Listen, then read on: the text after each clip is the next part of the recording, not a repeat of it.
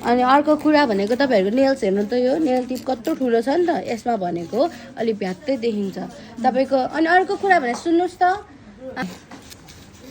यसरी यताबाट पनि यसरी। अनि यसलाई के हुनु पर्यो त अब तपाईँहरूको यसरी अब हामीले त यसरी गर्न सक्छौँ तर तपाईँहरूलाई गाह्रो पर्छ नि त। यताबाट एकचोटि मिडलसम्म ल्याउने अनि यो मिडलबाट यही प्याटर्न फलो गरेर माथि यसरी लाने। बुझ्नुभयो? कन्फ्युज छ? कन्फ्युज छ?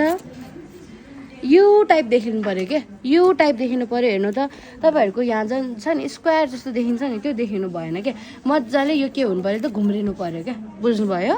कन्फ्युज छ? ल तर यिनीहरू सबै सेम देख्छु त म त, यो पनि यो पनि अलि सेमै हुन्छ। हेर्नु त डिफ्रेन्स त्यो यस्तो हुन्छ कि अब यो पिक्चरमा त कस्तो हुन्छ यो हेर्नु है, यो सर्लक्क यु टाइप गएको छ, यो हल्का यस्ता फिनिसिङ, यो चाहिँ अलिकति अब डिप हुनु पऱ्यो क्या।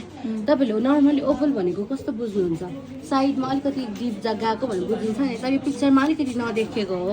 राउन्ड भनेको चाहिँ सर्लक्क यु टाइपमा आउनु पऱ्यो भने यो भनेको तपाईँको अलिकति डिपमा जानु पऱ्यो क्या, हल्का मात्रै। बुझ्नुभयो नि? थोरै यहाँ साइडमा स्लाइटली कट छ न यहाँनिर। त्यसरी बुझ्नुभयो? ओके।